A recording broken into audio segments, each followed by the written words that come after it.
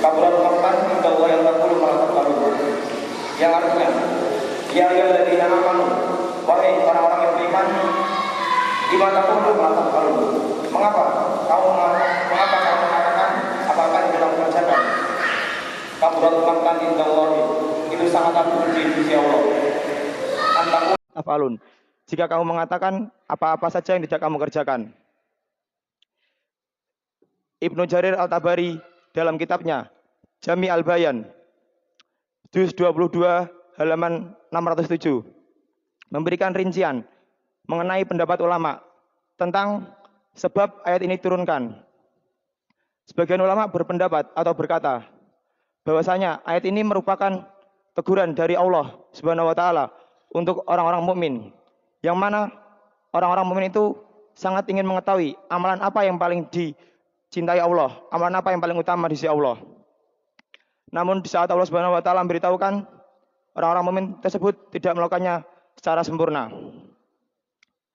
Diriwayatkan dari Ibnu Abbas radhiyallahu anhu bahwasanya sebagian kaum muslim mengatakan, demi Allah, jika aku mengetahui amalan apa yang paling dicintai oleh Allah, pasti aku akan melakukannya. Lalu Allah Subhanahu wa taala menurunkan Quran Surat As-Saff pada ayat 4. Yang mana ayat tersebut memberitahukan amalan apa yang paling dicintai oleh Allah, yaitu jihad fisabilillah. Dan mereka tidak senang saat mengetahui kabar tersebut. Sebagian ulama berpendapat bahwasanya ayat ini merupakan teguran bagi sebagian para sahabat Nabi, yang mana mereka itu membangga-banggakan amalan atau perbuatan yang belum mereka kerjakan.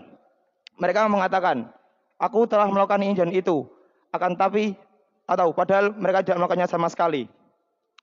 Dan Allah pun mencela atas sesuatu hal yang mereka kerjakan.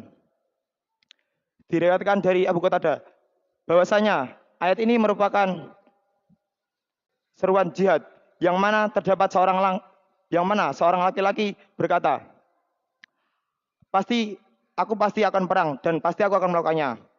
Padahal ia tidak melakukannya sama sekali. Dan Allah pun menegurnya dengan teguran yang keras. Sebagian ulama pula berpendapat bahwasanya ayat ini merupakan teguran bagi orang-orang mukmin untuk mereka itu menolong mereka yang sedang berada di medan perang, akan tapi mereka berbohong.